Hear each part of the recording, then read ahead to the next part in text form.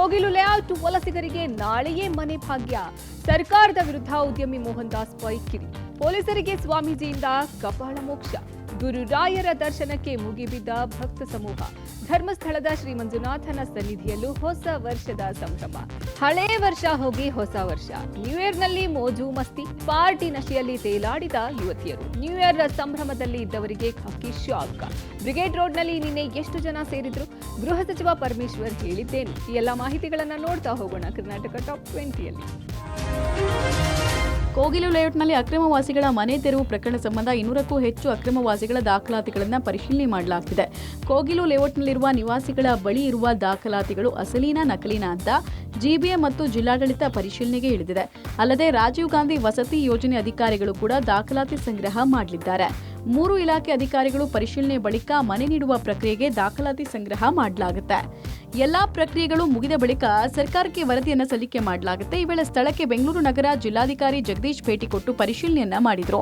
GB ಅಧಿಕಾರಿಗಳು ಹಾಗೂ ತಹಶೀಲ್ದಾರ್ ಜೊತೆಗೆ ಸಭೆ ಮುಗಿಸಿ ತೆರಳಿದ್ರು. ಇನ್ನು ಇದೇ ವಿಚಾರಕ್ಕೆ ಬಿಜೆಪಿ ನಾಯಕರು ಕಾನೂನು ಹೋರಾಟಕ್ಕೆ ಮುಂದಾದ್ರು. ಬಿಜೆಪಿಯ ಸತ್ಯಶೋಧನಾ ಸಮಿತಿ ಸ್ಥಳ ಪರಿಶೀಲನೆ ಮಾಡಿ ದಾಖಲೆ ಸಂಗ್ರಹ ಮಾಡ್ತಾ ಇದ್ದಾರೆ. ಒಂದು ರಾಜೀವ್ ಗಾಂಧಿ ಹೌಸಿಂಗ್ ಕಾರ್ಪೊರೇಷನ್ ಮನೆಗಳನ್ನು ಕೊಡಬೇಕಾದ್ರೆ ಬೆಂಗಳೂರಲ್ಲಿ ಕನಿಷ್ಠ 5 ವರ್ಷ ವಾಸ ಆಗಿರ್ತಕ್ಕಂಥ ಕಂದಾಯ ಇಲಾಖೆ ದೃಢೀಕರಣ ಪತ್ರವನ್ನು ಕೊಡಬೇಕು. ನಮಗೆ ಮಾಹಿತಿ ಇರ್ತಕ್ಕಂಥದ್ದು ಅವರು 1 ವರ್ಷ 2 ವರ್ಷದ ಹಿಂದೆ ಅಕ್ರಮವಾಗಿ ಅವರು ಶೆಡ್ಗಳನ್ನು ಹಾಕಿರ್ತಕ್ಕಂಥದ್ದು. ಇದು ಕಾಂಗ್ರೆಸ್ ನಾಯಕತ್ವನ ತುಷ್ಟೀಕರಣ ಮಾಡಕ್ ಹೋಗ್ತಾ ಇರುವ ಸರ್ಕಾರದ ನೀತಿ. ಕರ್ನಾಟಕದ ಸಂತ್ರಸ್ತರಿಗೆ ಕಣ್ಣಿಗೆ ಸುಣ್ಣ, ಕೇರಳ ಮೂಲದವರಿಗೆ ಬೆಣ್ಣೆ. ಇದು ಈ ಸರ್ಕಾರದ ಕಾಂಗ್ರೆಸ್ ಪಕ್ಷದ ನೀತಿ. ಇದು ಕೇವಲ ವೋಟ್ ಬ್ಯಾಂಕ್ ರಾಜಕಾರಣಕ್ಕೋಸ್ಕರ ಕೇರಳ ಚುನಾವಣೆಯಲ್ಲಿ ಅನುಕೂಲ ಆಗಲಿ ಅನ್ನೋಕ್ಕೋಸ್ಕರ ಮಾಡ್ತಾ ಇರೋದು. ಕಾನೂನು ಬಹಿರವಾಗಿ ಬಂದಿರುವಂತ ವ್ಯಕ್ತಿಗಳನ್ನ ಇಲ್ಲಿ ನೆಲೆ ಕೊಟ್ಟು ಮನೆ ವಸತಿ ಕಾನೂನು ಉಲ್ಲಂಘನೆ ಮಾಡಿ ಕೊಡ್ತಾ ಇರೋದು. ಇವರು ವೇಣುಗೋಪಾಲ್ ಅವರಿಗೆ ಇಲ್ಲಿ ಆಡಳಿತ ಮಾಡ್ತಿದಾರಾ? ಇಲ್ಲಿ ರಾಜ್ಯ ಸರ್ಕಾರ ಆಡಳಿತ ಮಾಡ್ತಿದೆಯಾ? ಕೋಗಿಲು ಲೇಔಟ್ನಲ್ಲಿ ಅಕ್ರಮ ಶೆಡ್ಗಳನ್ನ ಕಟ್ಟಿಕೊಂಡ ವಲಸಿಗರಿಗೆ ಕನ್ನಡಿಗರ ಟ್ಯಾಕ್ಸ್ ದುಡ್ಡಲ್ಲಿ ಗೃಹ ಭಾಗ್ಯ ಕೊಡಲಾಗ್ತಿದೆ ಅಂತ ಉದ್ಯಮಿ ಮೋಹನ್ ದಾಸ್ ಪೈ ಸರ್ಕಾರದ ಎಕ್ಸ್ನಲ್ಲಿ ಕಿಡಿಕಾರಿದ್ದಾರೆ. ನಮ್ಮ ಟ್ಯಾಕ್ಸ್ ದುಡ್ಡಿನಲ್ಲಿ ಅಕ್ರಮವಾಗಿ ಕನ್ನಡೇತರರಿಗೆ ಮನೆಯನ್ನ ಯಾಕೆ ಕಟ್ಟಿಕೊಡ್ಬೇಕು? ಅಕ್ರಮವಾಗಿ ಶೆಡ್ ಕಟ್ಟಿಕೊಂಡವರಿಗೆ ಸಿದ್ದರಾಮಯ್ಯ ಸರ್ಕಾರ ಬಹುಮಾನ ನೀಡಿದೆ. ಇದರಲ್ಲಿ ಸಾಕಷ್ಟು ಜನ ನಮ್ಮ ಕನ್ನಡದವರೇ ಅಲ್ಲ. ವೋಟು ಕೊಟ್ಟು ಅಧಿಕಾರಕ್ಕೆ ತರಲು ಕನ್ನಡಿಗರು ಬೇಕು. ನಮ್ಮ ಟ್ಯಾಕ್ಸ್ ಮಿಸ್ಯೂಸ್ ಆಗಿದೆ. ದೆಹಲಿ ಹಾಗೂ ಪಿಣರಾಯಿ ಒತ್ತಡಕ್ಕೆ ನಮ್ಮ ಸಿಎಂ ಯಾಕೆ ಮಣಿಯಬೇಕು ಅಂತ ಪೈ ಟೀಕಿಸಿದ್ದಾರೆ. ಈ ಮಧ್ಯೆ ಕೆಎಚ್ಪಿ ಕಚೇರಿ ಮುಂದೆ ರಾಜೀವ್ ಗಾಂಧಿ ವಸತಿ ಯೋಜನೆ ಫಲಾನುಭವಿಗಳು ಪ್ರತಿಭಟನೆ ನಡೆಸಿದ್ದಾರೆ. 10 ತಿಂಗಳಿಂದ ಫಲಾನುಭವಿಗಳಿಗೆ ಮನೆ ನೀಡಿಲ್ಲ. ಆದ್ರೆ ಈಗ ಕೋಗಿಲು ಅಕ್ರಮ ಒತ್ತುವರಿದಾರರಿಗೆ ಮನೆ ನೀಡ್ತಿದ್ದಾರೆ. ಸಾಲ ಸೋಲ ಮಾಡಿ ದುಡ್ಡು ಕಟ್ಟಿದೀವಿ, ನಮಗೆ ಹಂಚಿಕೆ ಆಗಿರೋ ಮನೆಗಳನ್ನ ಕೊಡಿ ಅಂತ ಸುಮಾರು 500ಕ್ಕೂ ಹೆಚ್ಚು ಫಲಾನುಭವಿಗಳು ಪ್ರತಿಭಟನೆ ನಡೆಸಿದ್ರು. ನಲ್ಲಿ 50,000 ಕಟ್ಟಿ 1 ಲಕ್ಷ ಕಟ್ಟಕ್ಕಾಗಲ್ಲ ಬಡವ್ರ ಕೈಲಿ ಅಂತ 50,000 ಕಟ್ಟಿ ಅಂತ ಅನೌನ್ಸ್ಮೆಂಟ್ ಆಯ್ತು. ಅವಾಗ ಹೋಗಿ 50,000 ಬಡ್ಡಿಗೆ ತಂದು 50,000 ಕಟ್ಟಿದ್ವಿ ಸರ್. ಅದಾದ್ಮೇಲೆ ನಾವು ತಾಳಿ ಚೆಂದ ತಗೊಂಡು ಅಡ ಇಟ್ಬಿಟ್ಟು ಮಿಕ್ಕಿದ ಬ್ಯಾಲೆನ್ಸ್ ಕಟ್ಟಿದೀವಿ ಸರ್. ನಾವು ಬರೀ BBMP ನಿಗಮಕ್ಕೆ ಓಡಾಡೋದೇ ಆಗೈತೆ. ಅದು ನೋಡಿದೆ, ನಾನು ಮಾಹಿತಿ ಕೊಡಕ್ಕೆ ಹೇಳಿದ್ದೀನಿ. ಮಾಹಿತಿ ತಗೊಂಡು ಅದೊಂದು ಪ್ರೊಸೀಜರ್ ಇದೆ. BBMP ಇಂದ ಅಧಿಕಾರಿ MD ಬಂದು ಹೇಳಿದ್ರು ನನಗೆ, ಆ BBMP ಇಂದ ದುಡ್ಡು ಬರಬೇಕಂತೆ. ನಾನು ತಿರ್ಗಾ 4 ಗಂಟೆಗೆ ವಾಪಸ್ ಕೊಡ್ತೀನಿ. ನಾನು ಮಾಹಿತಿ ಕೊಡಿದ್ರೆ 4 ಗಂಟೆಗೆ ರಿವ್ಯೂ ಮಾಡ್ತಾ ಇದ್ದೀನಿ. ವಿಜಯಪುರ ಜಿಲ್ಲೆಯಲ್ಲಿ ಪಿಪಿ ಮೆಡಿಕಲ್ ಕಾಲೇಜು ವಿರೋಧಿಸಿ ಪ್ರತಿಭಟನೆ ಮಾಡಲಾಗ್ತಾ ಇತ್ತು. ಈ ವೇಳೆ ಬಸವನ ಬಾಗೇವಾಡಿ ತಾಲೂಕಿನ PB ಹುಣಸದಯಾಳ ಶ್ರೀಮಠದ ಸಂಗನ ಬಸವೇಶ್ವರ ಸ್ವಾಮೀಜಿ ಪೊಲೀಸರಿಗೆ ಕಪಾಳ ಮೋಕ್ಷ ಮಾಡಿದ್ದಾರೆ. ಪ್ರತಿಭಟನೆ ವೇಳೆ ಸ್ವಾಮೀಜಿಯನ್ನು ಪೊಲೀಸರು ದೂಡಿದ್ದಾರೆ. ಅಲ್ಲದೆ ಪೊಲೀಸರು ಎದೆ ಹಿಡಿದು ಮೊಬೈಲ್ ಕಸಿದುಕೊಂಡಿರುವ ಆರೋಪ ಕೇಳಿಬಂದಿದೆ. ಹೀಗಾಗಿ ಕೋಪಗೊಂಡ ಸ್ವಾಮೀಜಿ ಆದರ್ಶ ನಗರ PSI ಸೀತಾರಾಮ್ ಲಮಾಣಿ ಹಾಗೂ 2 PCಗಳಿಗೆ ಕಪಾಳ ಮೋಕ್ಷ ಮಾಡಿದ್ರು. ಓರ್ವ ಸ್ವಾಮೀಜಿಯ ಎದೆ ಹಿಡಿತಾರೆ ಅಂದ್ರೆ ಏನಿದು ಅಂತ ಸ್ವಾಮೀಜಿ ಕಿಡಿಕಾರಿದ್ರು. ನಾನೇನು ತಪ್ಪು ಮಾಡಿಲ್ಲ, ಸಚಿವ MB ಪಾಟೀಲ್ಗೆ ಕರೆ ಮಾಡ್ತೇನೆ ಅಂತ ಮೊಬೈಲ್ ಕಸಿಯೋಕೆ ಮುಂದಾದ್ರು. ನಾವು ನಮ್ಮ ಮನೆಗೋಸ್ಕರ ಹೋರಾಟ ಮಾಡ್ತಾ ಇಲ್ಲ, ಬಡ ಮಕ್ಕಳಿಗಾಗಿ ಪಿಪಿ ಮೆಡಿಕಲ್ ಕಾಲೇಜು ವಿರುದ್ಧ ಹೋರಾಟ ಮಾಡ್ತಾ ಇದೀವಿ ಎಂದಿದ್ದಾರೆ. ಬಳಿಕ ಪುರುಷ ಹೋರಾಟಗಾರರನ್ನ ಪೊಲೀಸರು ವಶಕ್ಕೆ ಪಡೆದ್ರು. ಸ್ಥಳದಲ್ಲಿ ಕೆಲ ಕಾಲ ಉದ್ವಿಗ್ನ ಸ್ಥಿತಿ ನಿರ್ಮಾಣ ಆಗಿತ್ತು. ಹೊಸ ವರ್ಷದ ಮೊದಲ ದಿನವೇ ರಾಯರ ದರ್ಶನಕ್ಕೆ ಭಕ್ತರು ಮುಗಿಬಿದ್ದಿದ್ದಾರೆ. ಮಂತ್ರಾಲಯದ ಗುರು ರಾಘವೇಂದ್ರ ಸ್ವಾಮಿ ಮಠಕ್ಕೆ ಭಕ್ತರ ದಂಡೆ ಆಗಮಿಸಿದೆ. ಗುರು ರಾಯರ ವಾರ ಗುರುವಾರವೇ ವರ್ಷದ ಮೊದಲ ದಿನ ಬಂದ ಹಿನ್ನೆಲೆ ಪ್ರತಿ ವರ್ಷಕ್ಕಿಂತಲೂ 2 ಪಟ್ಟು ಭಕ್ತರಿಂದ ರಾಯರ ಮಠ ತುಂಬಿ ತುಳುಕುತ್ತಿದೆ. ಹೊಸ ವರ್ಷದಲ್ಲಿ ಶುಭವಾಗಲಿ ಅಂತ ರಾಯರಲ್ಲಿ ಪ್ರಾರ್ಥನೆ ಸಲ್ಲಿಸುತ್ತಿದ್ದಾರೆ. ಬೆಳಿಗ್ಗೆ 5 ಗಂಟೆಯಿಂದಲೇ ರಾಯರ ವೃಂದಾವನ ದರ್ಶನಕ್ಕೆ ಅನುವು ಮಾಡಿಕೊಡಲಾಗಿದೆ. ಮಠದ ಎಲ್ಲಾ ದ್ವಾರಗಳ ಮೂಲಕ ಭಕ್ತರಿಗೆ ಒಳಬರಲು ಅವಕಾಶ ನೀಡಲಾಗಿದೆ. ಹೊಸ ವರ್ಷದ ಆರಂಭದ ದಿನ ಲಕ್ಷಾಂತರ ಸಂಖ್ಯೆಯಲ್ಲಿ ಭಕ್ತ ಸಾಗರ ನೆರೆದಿದೆ. ಭಕ್ತರ ಸಂಖ್ಯೆ ಹೆಚ್ಚಳ ಹಿನ್ನೆಲೆ ಮಠದ ಕೊಠಡಿ ಪ್ರಸಾದ ವ್ಯವಸ್ಥೆಯಲ್ಲಿ ವ್ಯತ್ಯಯವಾಗುತ್ತಿದೆ. ದೇಶ ರಾಜ್ಯದ ಮೂಲೆ ಮೂಲೆಗಳಿಂದ ಭಕ್ತರು ಆಗಮಿಸಿದ್ದಾರೆ.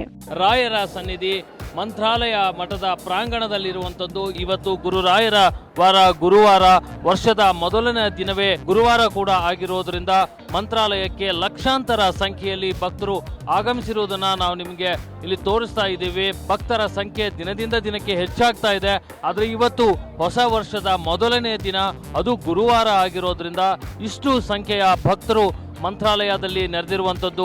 ಈಗಾಗಲೇ ಮಂತ್ರಾಲಯದಲ್ಲಿ ಸಾಕಷ್ಟು ಸಂಖ್ಯೆಯಲ್ಲಿ ಭಕ್ತರು ಬಂದಿರೋದ್ರಿಂದ ಬೆಳಿಗ್ಗೆ 5 ಗಂಟೆಯಿಂದಲೇ ದರ್ಶನಕ್ಕೆ ಅವಕಾಶವನ್ನ ಮಾಡಿಕೊಟ್ಟಿರುವಂಥದ್ದು. ಜೊತೆಗೆ ಮಠದ ಎಲ್ಲಾ ದ್ವಾರಗಳ ಮೂಲಕ ಭಕ್ತರಿಗೆ ಒಳ ಹೋಗ್ಲಿಕ್ಕೂ ಕೂಡ ಅವಕಾಶವನ್ನ ಮಾಡಿಕೊಟ್ಟಿದ್ದಾರೆ. ಹೊಸ ವರ್ಷದ ಮೊದಲ ದಿನವಾದ ಇಂದು ರಾಜ್ಯದ ಎಲ್ಲೆಡೆ ಜನರು ದೇವಾಲಯಗಳಿಗೆ ತೆರಳಿ ವಿಶೇಷ ಪೂಜೆ ಸಲ್ಲಿಕೆ ಮಾಡಿದ್ದಾರೆ. ಬೆಂಗಳೂರಿನ ಬನಶಂಕರಿ ದೇವಾಲಯಕ್ಕೆ ಭಕ್ತರ ದಂಡೇ ಆಗಮಿಸುತ್ತಿದೆ.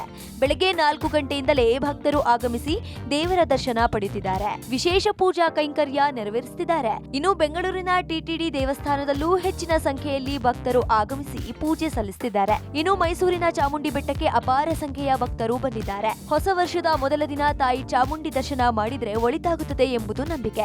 ಹೀಗಾಗಿ ಅಪಾರ ಸಂಖ್ಯೆಯ ಭಕ್ತರು ಇವತ್ತು ಬೆಳಗ್ಗೆಯಿಂದಲೇ ತಾಯಿ ಚಾಮುಂಡಿ ದರ್ಶನ ಮಾಡ್ತಿದ್ದಾರೆ.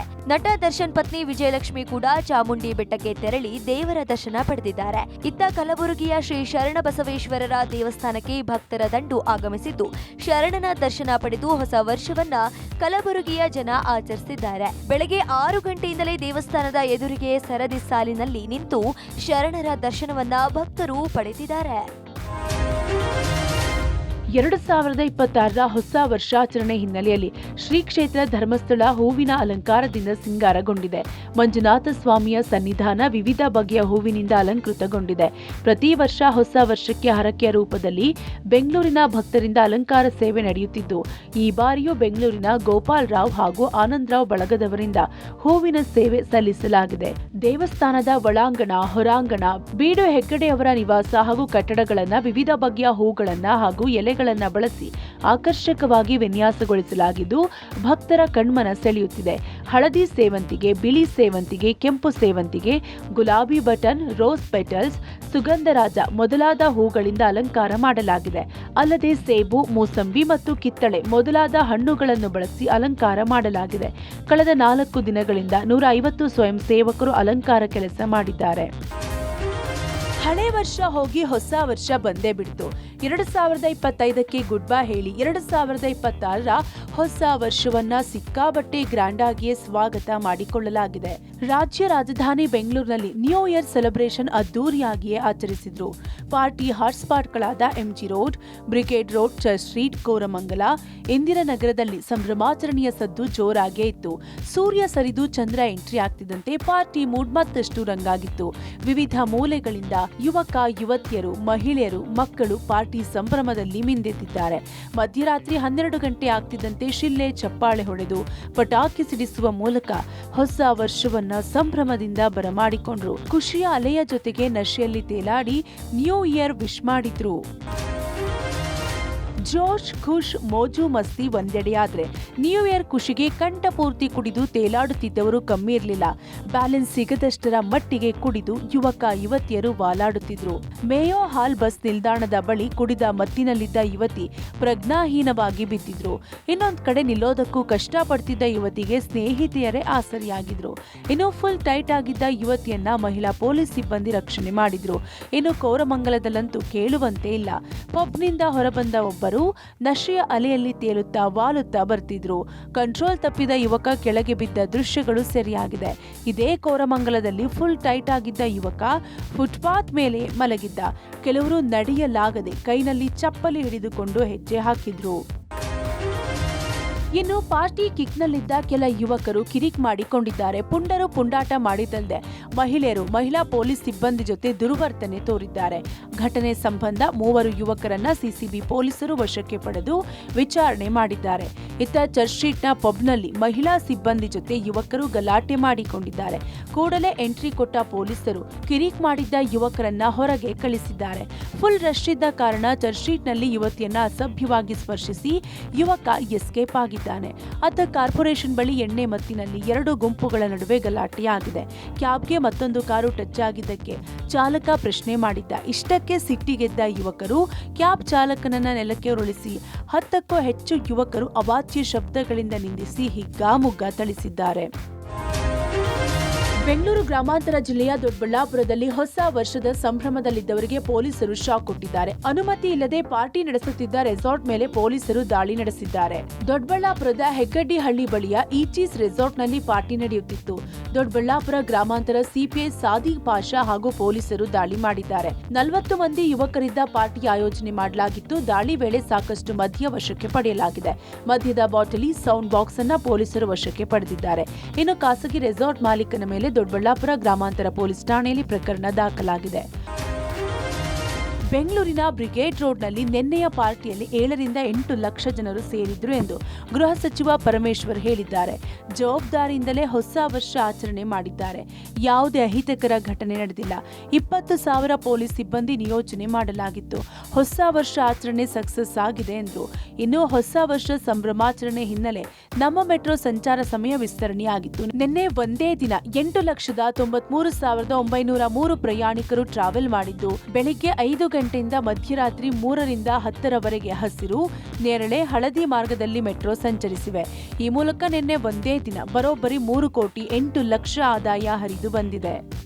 ನಮಗೆ ಒಂದು ಲೆಕ್ಕದ ಪ್ರಕಾರ 7-8 ಲಕ್ಷ ಜನ ಭಾಗವಹಿಸಿದ್ದಾರೆ ಅಂತ ಹೇಳಿ ನಮ್ಮ ಇಲಾಖೆಯವರು ಹೇಳ್ತಾ ಇದ್ದಾರೆ. ಬೆಂಗಳೂರಿನ ಸಿಟಿಯಲ್ಲಿ ನಾವೇನು ಯಾವ ರೀತಿ ಆಯೋಜನೆ ಮಾಡಿಕೊಂಡಿದ್ದೋ ಆಚರಣೆ ನೆಮ್ಮದಿಯಿಂದ ಆಗಬೇಕು ಅಂತ ಮಾಡಿದ್ದಾರೆ. ಮೊದಲನೇದಾಗಿ ಅವರಿಗೆಲ್ಲರಿಗೂ ಕೂಡ ಅಭಿನಂದನೆ ಸಲ್ಲಿಸ್ತೇನೆ. ಮೊದಲನೇ ಬಾರಿಗೆ ಸುಮಾರು 20,000 ಸಿಬ್ಬಂದಿಯನ್ನು ನಾವು ಈ ಆಚರಣೆಯ ವಿಚಾರದಲ್ಲಿ ನೇಮಕ ಮಾಡಿದ್ದು ಬೆಂಗಳೂರು ಸಿಟಿಯಲ್ಲಿ. ಭಾಳ ನಮ್ಮೆಲ್ಲರಿಗೂ ಸಮಾಧಾನವನ್ನು ತರುತ್ತೆ. ಹೊಸ ವರ್ಷ ಸಂಭ್ರಮಾಚರಣೆ ಹಿನ್ನೆಲೆ ಬ್ರಿಗೇಡ್ ರೋಡ್ನಲ್ಲಿ ಬಿದ್ದಿದ್ದ ಕಸವನ್ನ ಫ್ಲಾಗಿಂಗ್ ಎಂಬ ತಂಡವೊಂದು ಸ್ವಚ್ಛಗೊಳಿಸುವ ಮೂಲಕ ಮಾದರಿ ಕಾರ್ಯಕ್ಕೆ ಮುಂದಾಗಿದೆ.